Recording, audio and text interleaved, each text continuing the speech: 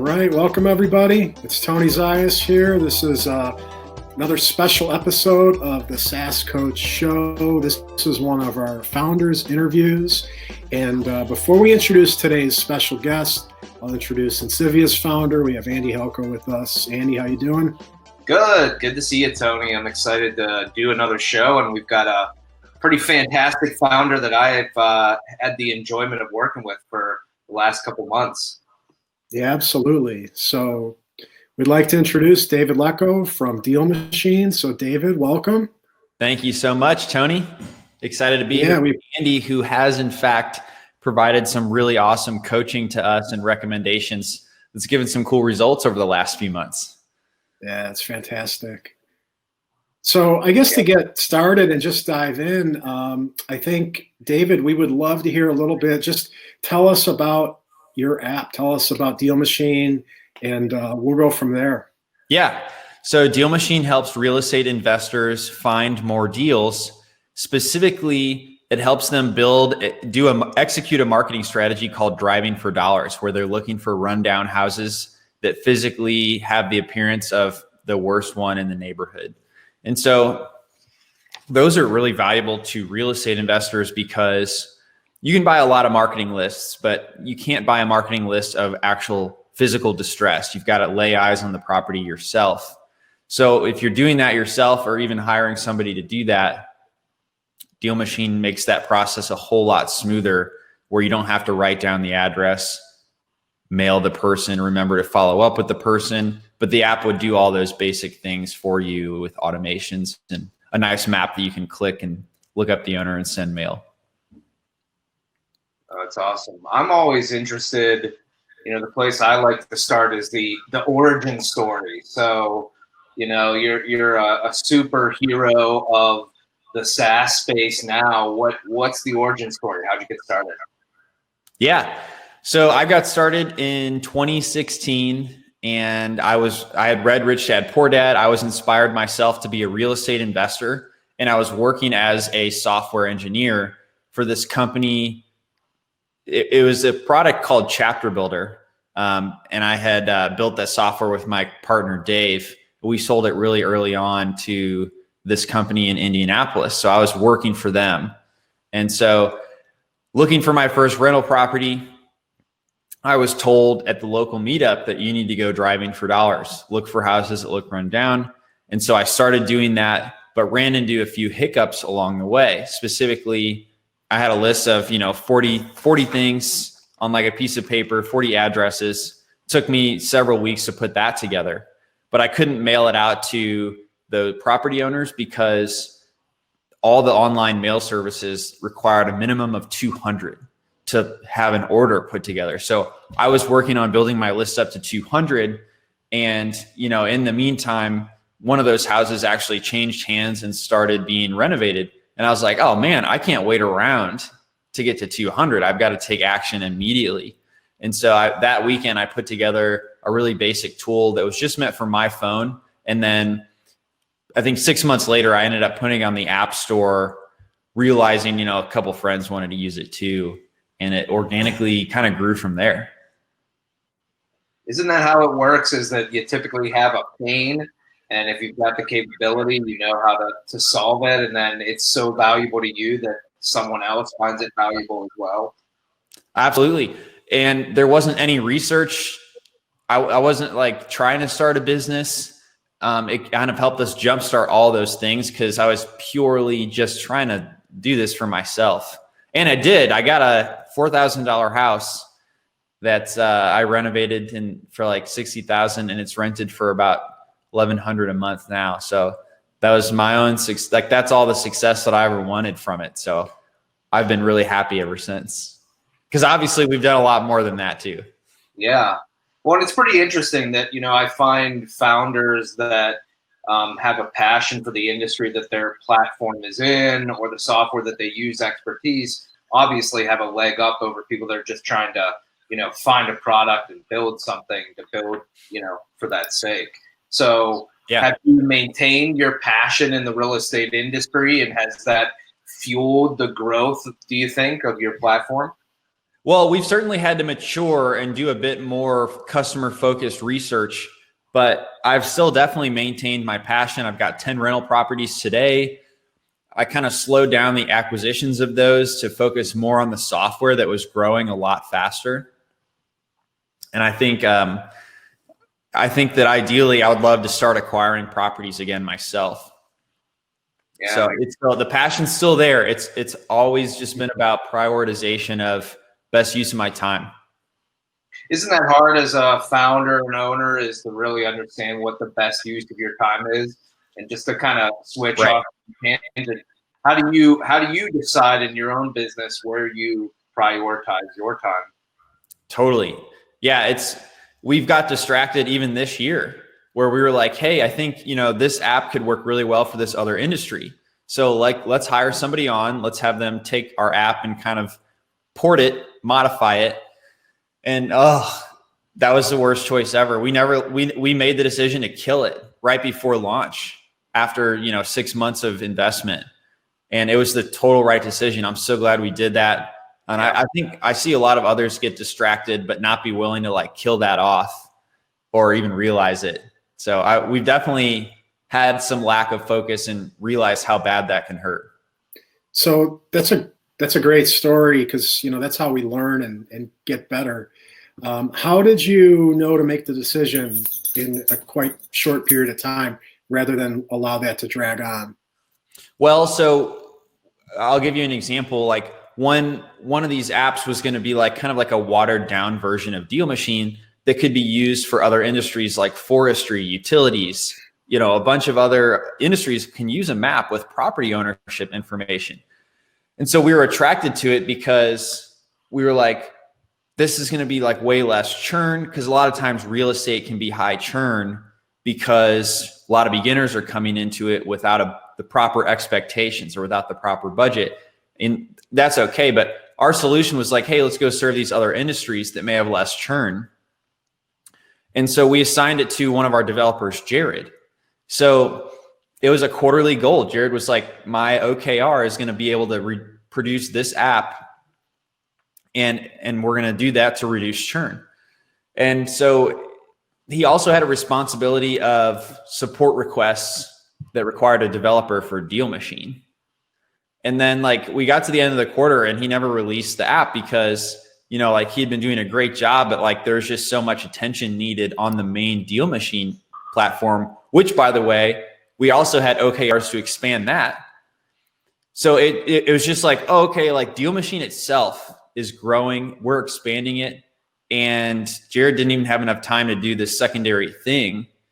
So what are we doing? Why are we going to launch yet another thing? That's just going to add a bunch of other overhead, need additional support team. We have to train the support team. And then I started to realize, okay, this is a whole nother business. I can't ask my staff to spread themselves and do this. It's going to require different training. It was just wow, we got to kill this thing. And it was tough because Jared invested a lot of time in it for a whole quarter.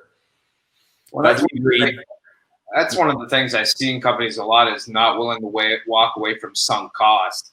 You have that sunk cost, you put time and effort into something, and sometimes you just have to be willing to go, yep, forget about it, Yeah. I actually have I talked about this yesterday with another founder that I went out to drinks with, is I have this little graphic where you kind of put yourself on one side, you put your core vision for what you want to achieve on the other, and you draw 2 lines across between those circles. And when you're coming up with ideas and doing stuff, if something doesn't fit within those lines and it's outside of it, it's not directly towards that vision, you cut it, you don't do it. So. Oh yeah.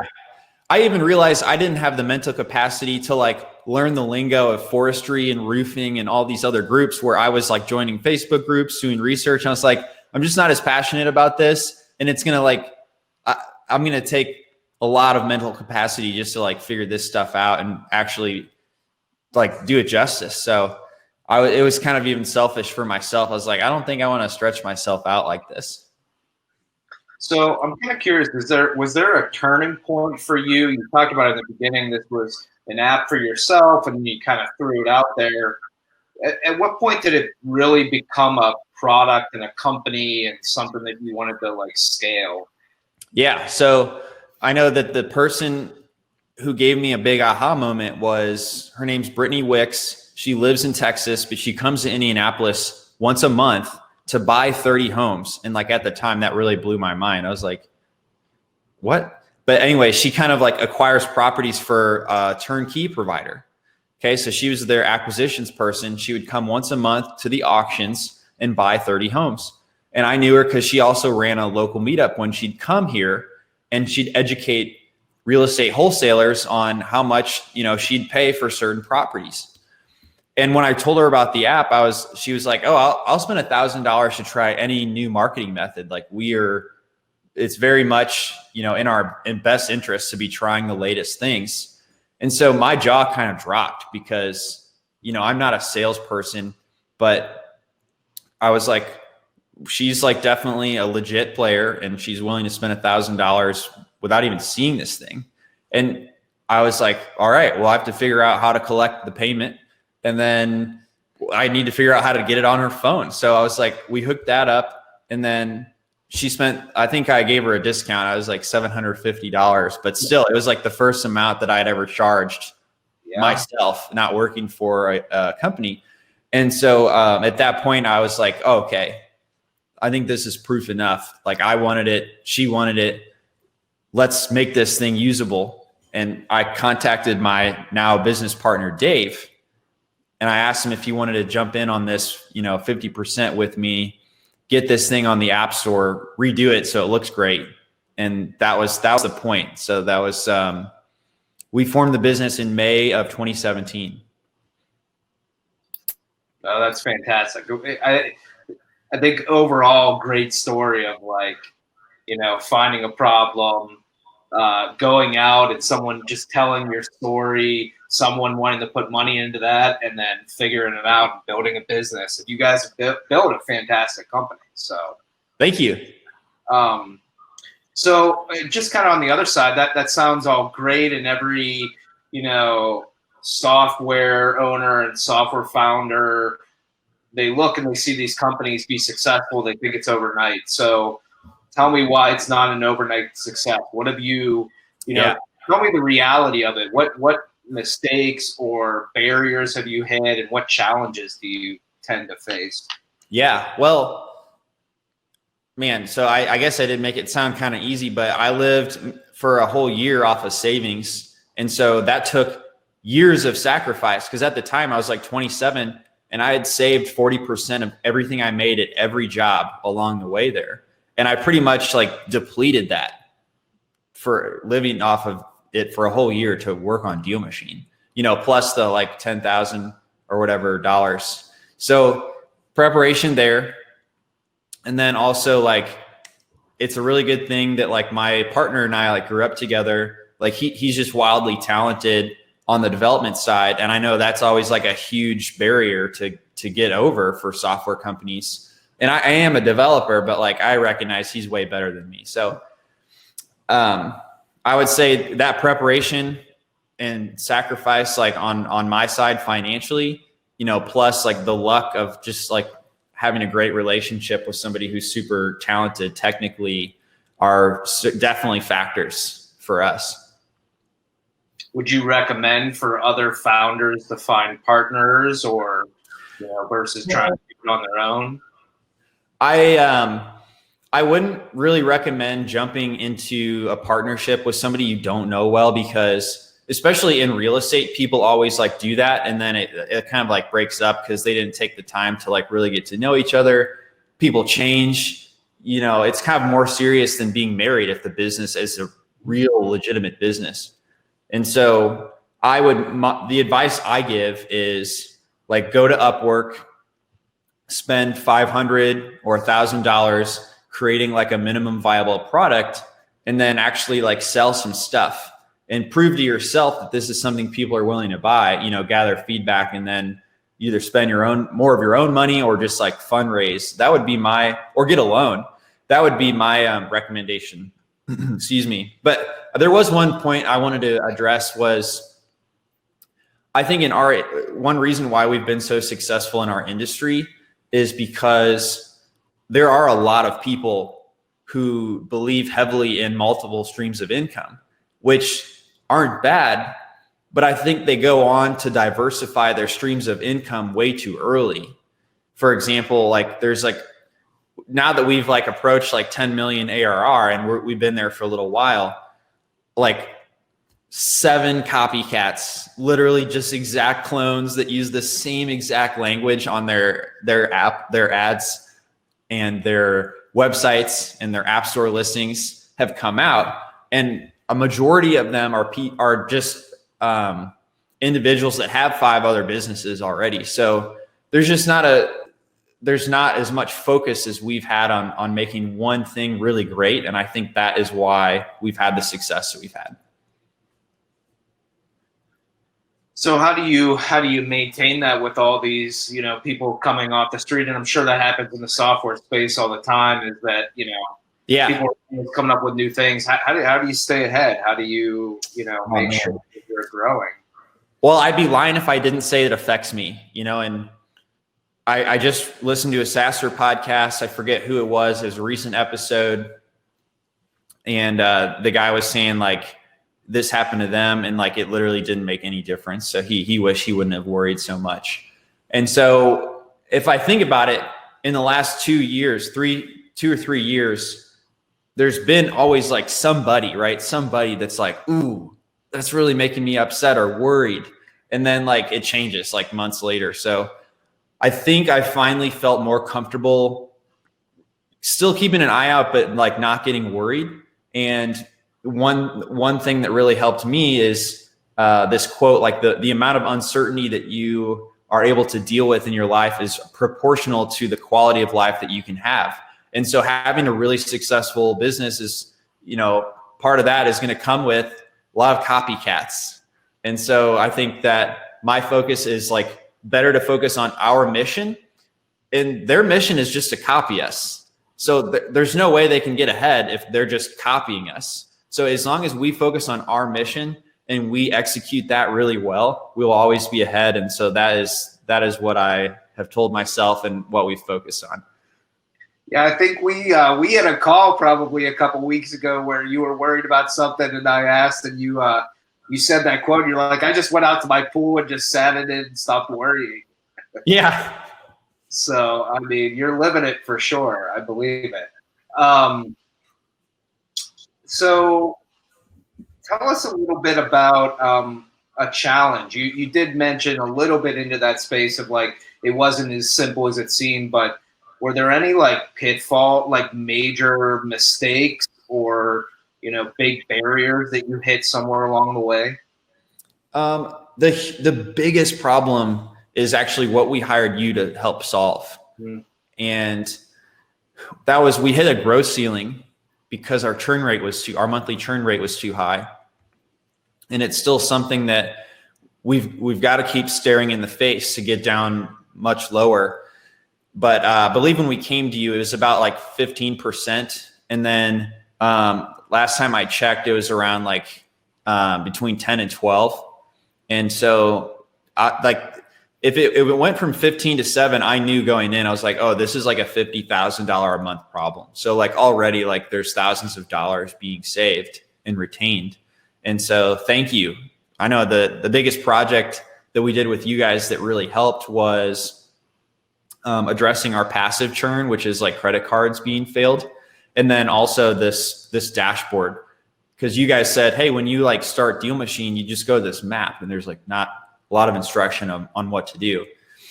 And we created this dashboard that had software tutorial, case studies that rotate, webinar sign up, and then like steps for the member to like be able to follow. And so we've iterated on that since then, but those are the two biggest things that I believe help push us down. And I know we've got a list of things we're going to continue to tackle too. So I'm excited. Yeah, no, I appreciate you mentioning that. Obviously, we really enjoyed working with you, and that's my passion is in software and obviously our company, but you guys are amazing. And I just want to put this out there.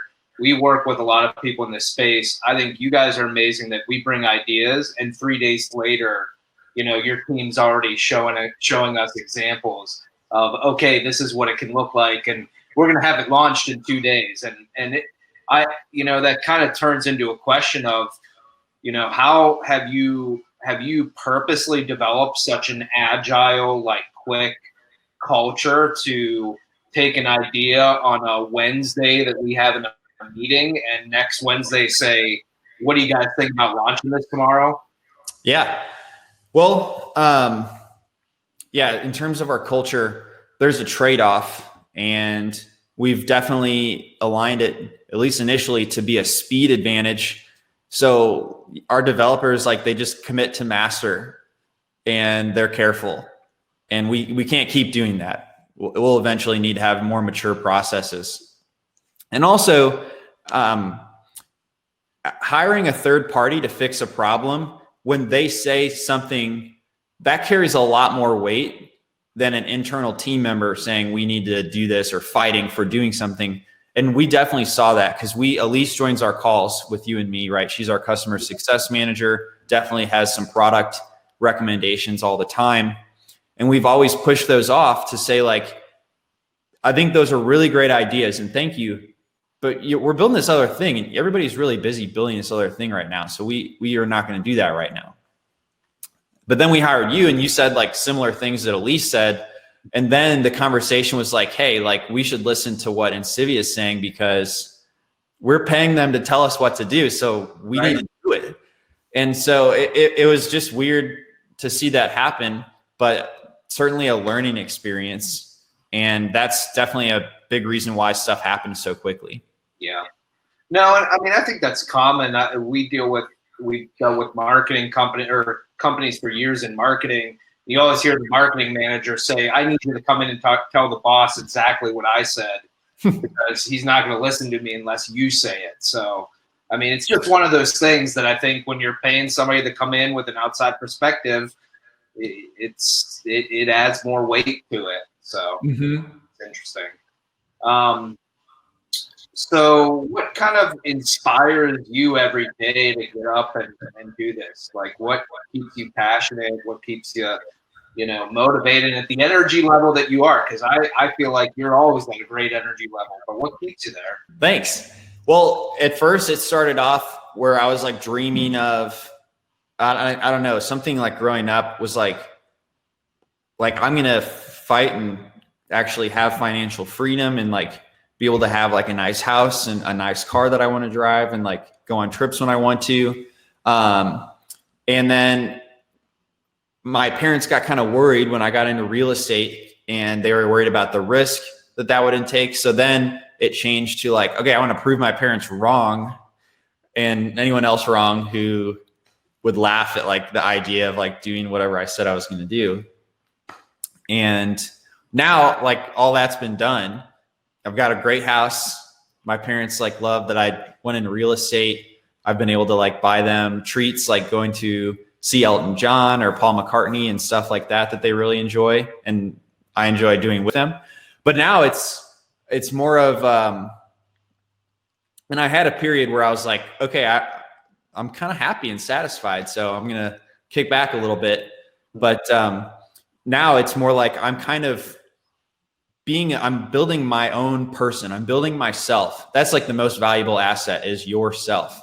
And the business for me is like the vehicle for personal development, because every new challenge, every uptick with MRR is like something that I'm going to have to learn and do. And if I were to say like sell the business or just kick back and relax, I feel like I'd kind of be lost, because it wouldn't deliver that why for me. It wouldn't be improving myself for me.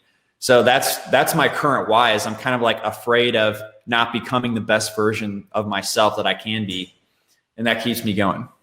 Yeah. So David, I love that story about your parents. Kind of, there was like, there was a negative, right? Like you wanted to prove them wrong in a sense, right? And it kind of fueled and pushed you forward. So I'm a big believer in that. I think, positives will take you so far, but when things get difficult and like times are tough, or even when things are just kind of like status quo, that doesn't always motivate you and drive you past, where, to get you to the next level. So what is there anything now that you would say is kind of like a negative driver like that keeps you on your toes, always pushing forward?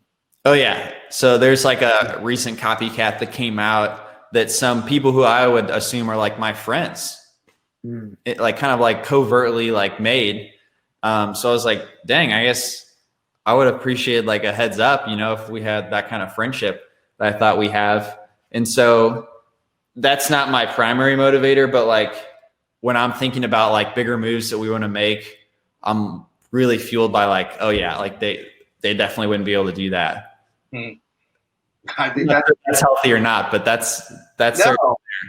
I was on a webinar with Mark Cuban not that long ago, and it was really interesting to hear him talk, because he would talk about how for his team he put so much effort into them and loved them, treated them well, but he was extremely competitive on the outside. His job is to crush competitors, and it was such a really interesting dichotomy for me of this kind of love for his people and standing behind them and seeing it as a team.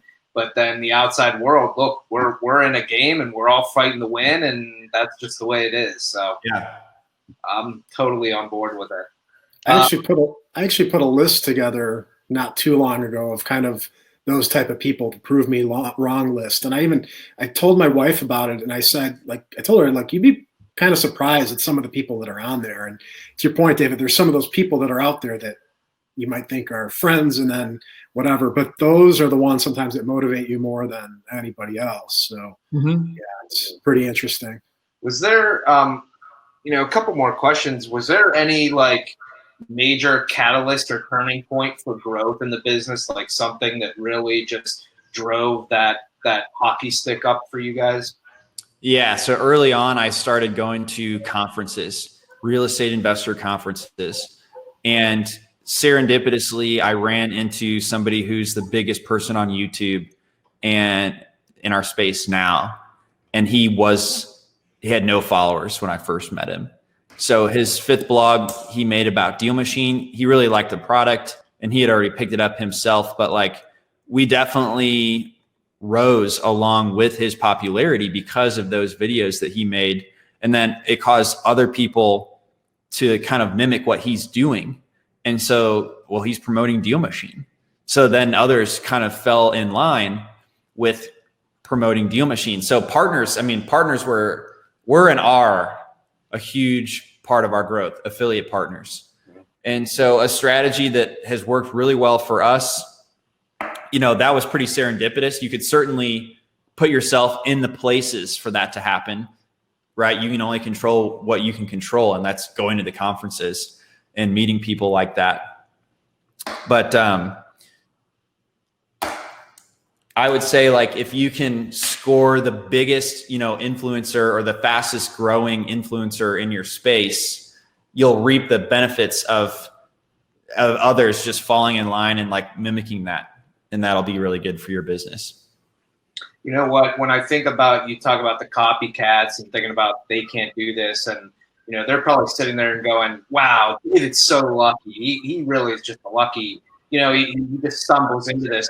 That's not it. You say luck is preparation meeting opportunity, and the fact that you go to a bunch of conferences and you're active and you start conversations and you're prepared about your what you want to say. Yeah.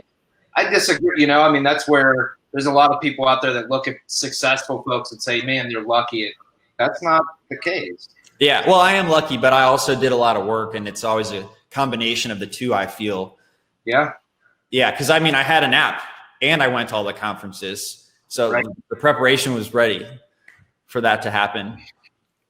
No, that's awesome. But I guess going back to that big problem with the churn, I would say a pitfall that we definitely ran into is like not tackling it soon enough.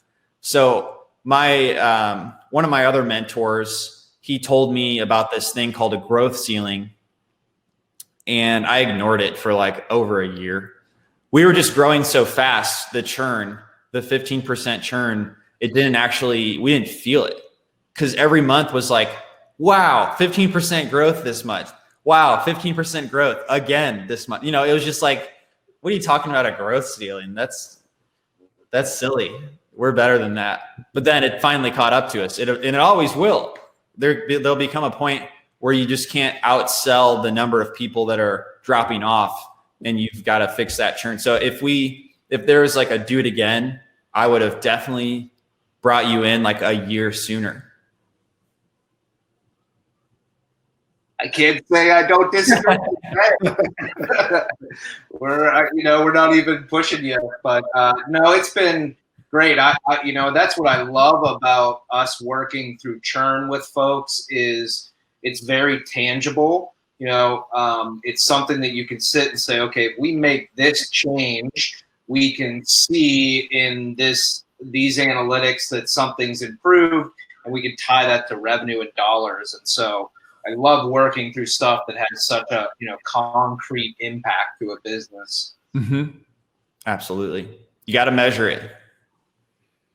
Can't cut until you measure, right? Yep. So just my last question, and you guys are happy to jump in with other thoughts, but like, what kind of advice would you give to other software founders that are looking to either start a product or are in the early stages of their journey? Gotcha. So I've given the same advice several times about like, hey, just go build a minimum viable product, find somebody on Upwork to do that for you, and then like try to see if you can sell anything. That's definitely the first one. I think going to those industry meetings is certainly a good idea as long as there's not a COVID scare. Let's see. What other advice? I'm big on mentors and thinking about, in SaaS, if you make a small tweak, like that has really big effects, especially if you think about every dollar of revenue is potentially worth $10 in a sale, because the 10x multiplier that software companies so often get. So just always think about how big the return on investment can be. You can usually calculate it and then quickly make decisions, like hiring a consultant to fix a certain problem, because how big of an impact that could make. Totally. Very cool. So David, I have one last question for you, unless Andy comes up with another one. But just a two-part question. So what does the roadmap look like for DealMachine, part one, and then part two for you? Yeah, so for DealMachine, we're going to be the HubSpot of real estate. And we'll be at 20 million, so about double the size within 2 years. And the plan is just like HubSpot has like a CMS hub, a sales hub, a marketing hub, but it's all in the same app. They're all like intermingled, but they're all separate products as well at the same time. They're all linked by this free CRM. So that's like definitely a huge influence for us and what drives a lot of our product roadmap in the real estate investor space. So as I was kind of saying before, like a lot of these other companies, they'll have like an app here, an app there, a business here, a business there, a cold calling company, a VA company, blah, blah, blah. Like we're just trying really hard to focus in on making that all an enterprise level software that's like seamlessly designed together in the same app. So we've got our work cut out for us because we only have one of those hubs today. We've got like an alpha version of the free CRM that's out there and you can use. But it's got to be beefed up for like an enterprise level investor to be able to run their entire business off of it. So we've got an exciting roadmap, I would say, for the next couple of years, and we'll definitely be leading the pack in that space. Yeah, that's exciting. Awesome. Yeah. Only other question I have is, you already taught your cat how to use the toilet. What's the next thing that you're going to teach? He's overweight now. We got to stop feeding him, I heard. So is he still doing it? Oh yeah. We actually moved into a new house, and then we very intentionally kind of like left him in the bathroom at night for the first week, and then just kind of kept a close eye on him, make sure he goes in the right spot. So he did use the sink a couple times, but we stopped that, and now he's situated. He's actually right here. Let's see him. He's sitting on that chair. I don't know if you can see him. Yeah. Almost all of our meetings. So yeah, Yeah, he's a special cat. He's a Bengal, and their personality really loves to be around people. So he's either sitting by me or sitting by my girlfriend over in her desk. That's funny. That's awesome. Cool. Well, thank you so much. Anything else that you'd like to leave our audience with, or any final thoughts? Well, I always say this to the people who are starting real estate businesses, and I think the same applies with software, and the same applies with me battling churn, is like, don't give up. And I decided that because their biggest problem is that they think it takes 20 properties and then they give up and move on to something else. So you got to have the right expectations set, and then you got to consistently execute on there with that in mind. So I tell that to myself as well in terms of this churn. I know some of my peers with software companies this size in the space have 7% churn. So obviously it's doable. So like you better believe, like, I'm not giving up on reducing that. So we're going to keep working really hard towards that goal. And that's my advice to everyone else, is like, talk to people who have done it before and know that it can be done again, and figure out how, but don't give up if that's truly your goal. So hope you guys take that away and write it in your journals and live the life and have the business that you want with that advice. It's awesome. Yeah, I think that's awesome. Well, I really appreciate you taking the time to jump on this show with us. Obviously being a fantastic client that we love working with. And yeah, I think cheers to continued success for all of us, right? Absolutely. Cheers, guys. Thank you so much for your help, and thanks for having me on. Yeah. All right. Thanks so much, David. All right. We'll talk to you soon. Bye. Take care, everybody. Thanks for tuning in. Bye.